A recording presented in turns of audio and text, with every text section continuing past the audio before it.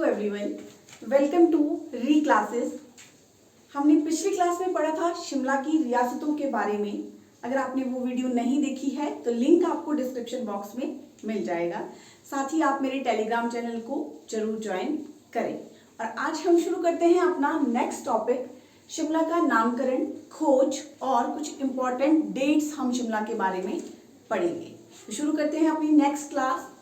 सबसे पहले बात आती है शिमला के नामकरण की। शिमला का नामकरण,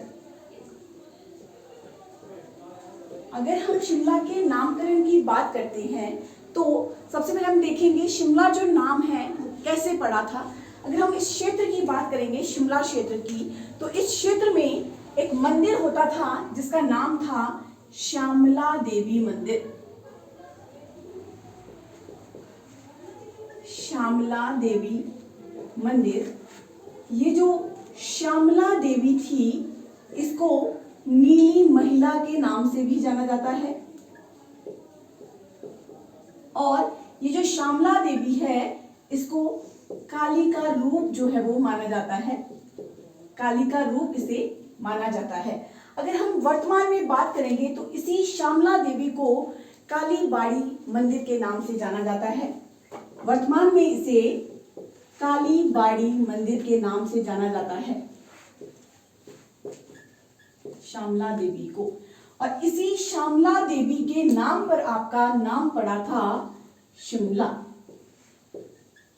शिमला नाम पड़ा, श्यामला देवी के नाम पर ही आपका शिमला नाम पड़ा। अगर हम बात करते हैं शिमला की, तो जो ब्रिटिश सरकार थे इन्होंने जो है वो 28 छोटी बड़ी पहाड़ी रियासतों को मिलाकर जो है वो शिमला का गठन किया था 1816 में।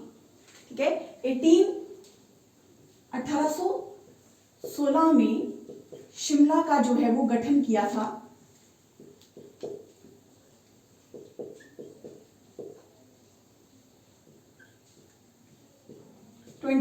रियासतों को मिलाकर 28 रियासतों को मिलाकर 1816 में जो है वो शिमला का गठन किया गया था ब्रिटिश सरकार के द्वारा। अब बात आती है शिमला की खोज की, कि शिमला की जो खोज है वो सबसे पहले किसने की थी। तो अगर हम 1817 की बात करते हैं, 1817 की अगर हम बात करेंगे तो 1817 में दो व्यक्ति थे। 1817 में दो व्यक्ति शिमला आए थे जो कि स्कॉटलैंड के दो अधिकारी थे, जिनका नाम था captain Patrick Jerrod. Captain Patrick Jerrod और दूसरे थे आपके अलेक्जेंडर जेरॉड। ये दो व्यक्ति, दो अधिकारी शिमला आए थे। और ये कहां से आए थे? स्कॉटलैंड से। स्कॉटलैंड के दो अधिकारी थे जो शिमला आए थे और इन दोनों ने एक डायरी लिखी थी। इन्होंने डायरी लिखी थी और उस डायरी में इन्होंने शिमला गांव का वर्णन किया था। इन्होंने अपनी डायरी में शिमला गांव का वर्णन किया 1817 में। ये दोनों आए थे स्कॉटलैंड से। नेक्स्ट अगर हम बात करते हैं 1819 में, 1819 में लेफ्टिनेंट रोज पहाड़ी रियासतों के पॉलिटिकल एजेंट बनकर जो है ये शिमला आए थे। पहाड़ी रियासतों के पॉलिटिकल एजेंट बनकर आए थे।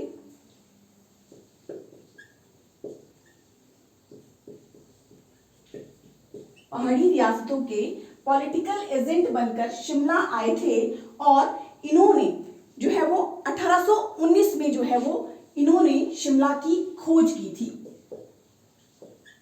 शिमला की खोज की और यहां पर इन्होंने पहला लकड़ी का मकान बनाया था।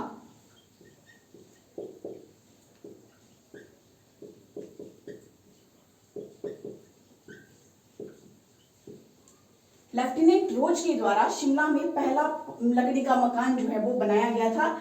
ये आए थे 1819 में और इन्होंने ही सबसे पहले जो है वो शिमला की खोज की थी 1819 में। उसके बाद 1822 में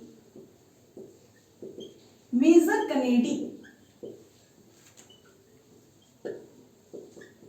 कनेडी शिमला आए।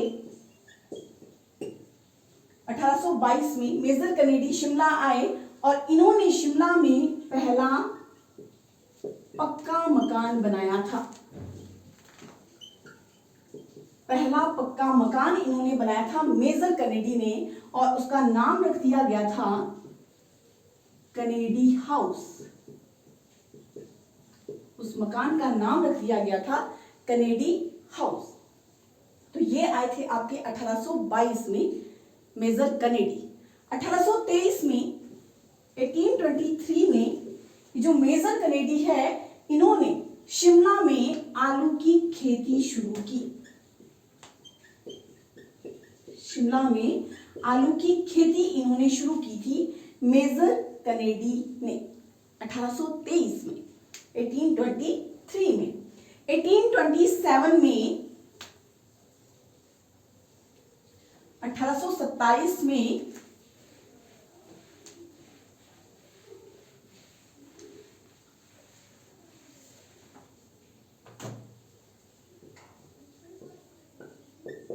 लॉर्ड एमहर्स्ट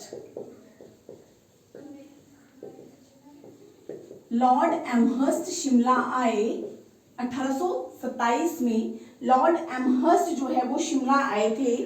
ये आपके शिमला आने वाले पहले गवर्नर जनरल थे। लॉर्ड एमहर्स्ट शिमला आने वाले पहले गवर्नर जनरल थे।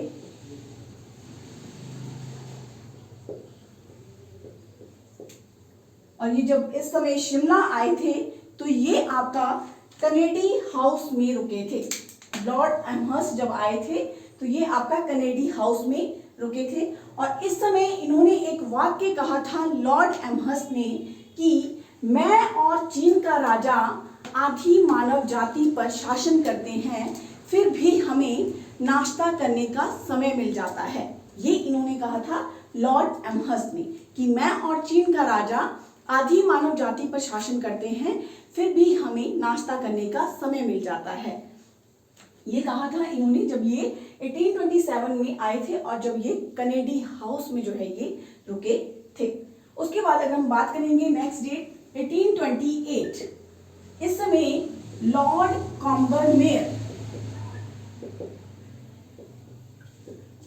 कॉम्बरमेयर शिमला आए थे और इन्होंने कॉम्बरमेयर पुल का निर्माण करवाया।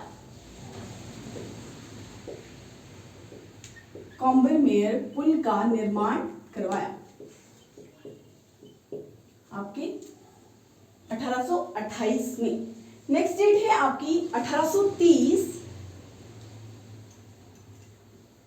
1830 में शिमला में एक मस्जिद का निर्माण किया गया जिसका नाम था गुलबुद्दीन मस्जिद। गुलबुद्दीन मस्जिद का निर्माण किया गया 1830 में 1830 में। नेक्स्ट डेट है 1832। 1832 1832 में लॉर्ड विलियम बेंटिंग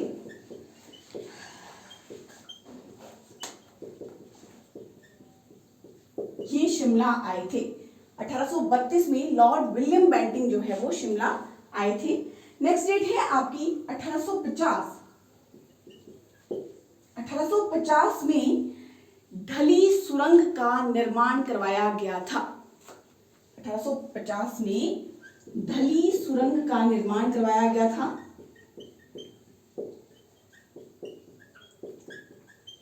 और ये बनाई गई थी आपकी मेजर ब्रिग्स के द्वारा। मेजर ब्रिग्स के द्वारा इसका निर्माण करवाया गया था 1850 में। नेक्स्ट डेट है 1851। 1851 में शिमला में नगर पालिका का निर्माण करवाया गया। शिमला में नगर पालिका का निर्माण किया गया। 1851 में। 1852 में शिमला में नगर निगम की स्थापना की गई।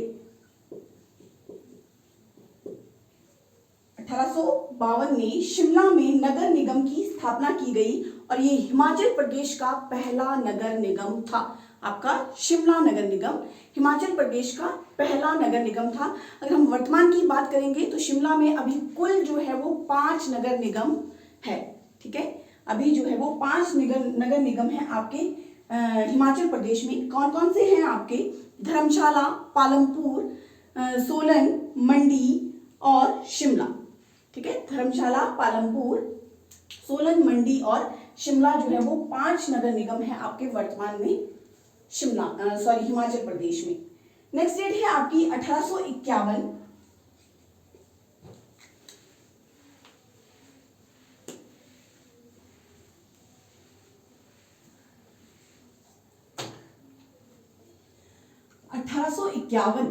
अगर हम 1851 की बात करेंगे तो इस समय लॉर्ड डलहौजी इस समय शिमला आए थे और ये आए थे आपके कल्पा चीनी दौरे पर जो है ये आए थे आपके लॉर्ड डलहौजी 1851 में। और इसी समय इन्होंने भारत तिब्बत सड़क का निर्माण करवाया था। भारत तिब्बत सड़क का निर्माण करवाया था। इन्होंने भारत तिब्बत सड़क का निर्माण करवाया था और ये जो भारत तिब्बत सड़क थी ये 1860 में जनता को समर्पित की गई।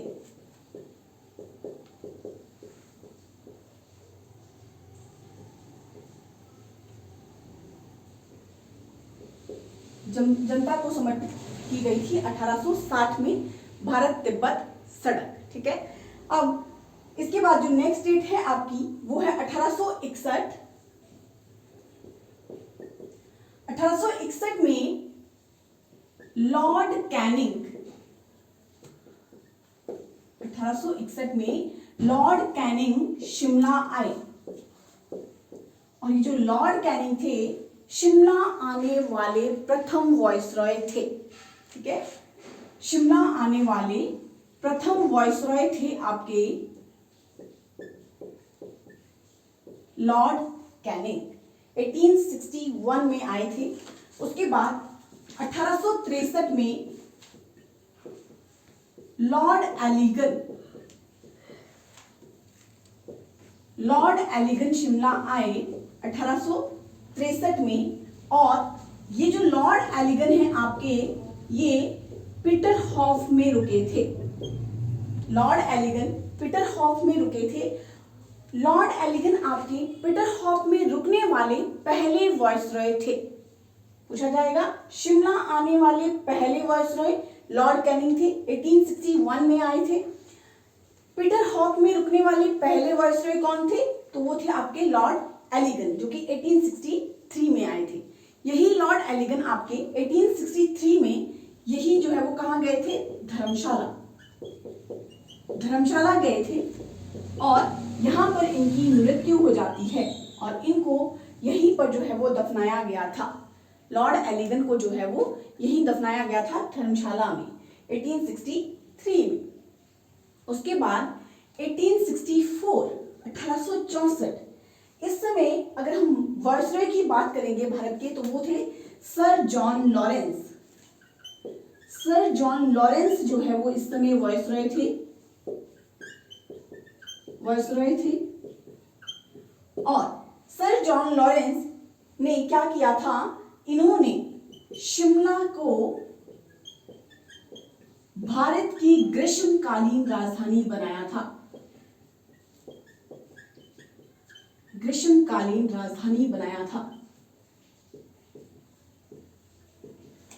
इन्होंने शिमला को भारत की ग्रीष्मकालीन राजधानी बनाया था और कब बनाया था? 1864 में। ये 1864 में बनाई गई थी और रही कब तक थी? 1947 तक, 1947 तक जो है ये राजधानी रही थी। 1947 तक जो है ये शिमला जो है वो भारत की ग्रीष्मकालीन राजधानी रही थी। नेक्स्ट डेट है आपकी 1871, 1871। 1871 में पंजाब सरकार ने शिमला को अपनी ग्रीष्मकालीन राजधानी बनाया था। 1871 में पंजाब सरकार ने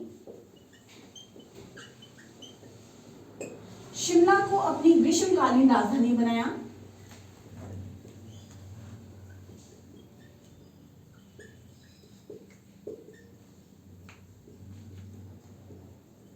ग्रीष्मकालीन राजधानी बनाया और ये आपकी रही थी, पंजाब की ग्रीष्मकालीन राजधानी रही थी 1953 तक, 1953 तक जो है वो शिमला पंजाब की ग्रीष्मकालीन राजधानी रही थी। तो 1871 में जो है वो पंजाब सरकार द्वारा इसको अपनी ग्रीष्मकालीन राजधानी बनाया गया था। नेक्स्ट है आपका नेक्स्ट डेट, वो है 1874, 1874। 1874 में शिमला में एक बैंक की स्थापना की गई थी जिसका नाम था alliance bank of Shimla. Shimla का पहला बैंक था अलायंस बैंक ऑफ शिमला, ठीक है।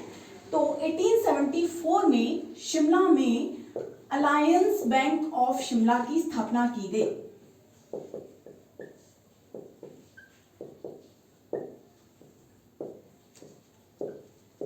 ये आपका शिमला का पहला बैंक था।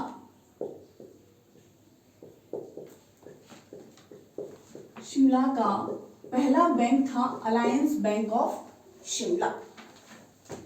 उसके बाद 1880 में रिंस मैदान के नीचे एक भूमिगत वाटर टैंक का निर्माण किया गया। रिंस मैदान के नीचे एक भूमिगत वाटर टैंक का निर्माण किया गया। 1880 में, 1880 में। नेक्स्ट डेट है 1882, 1882। इस समय लॉर्ड रिपन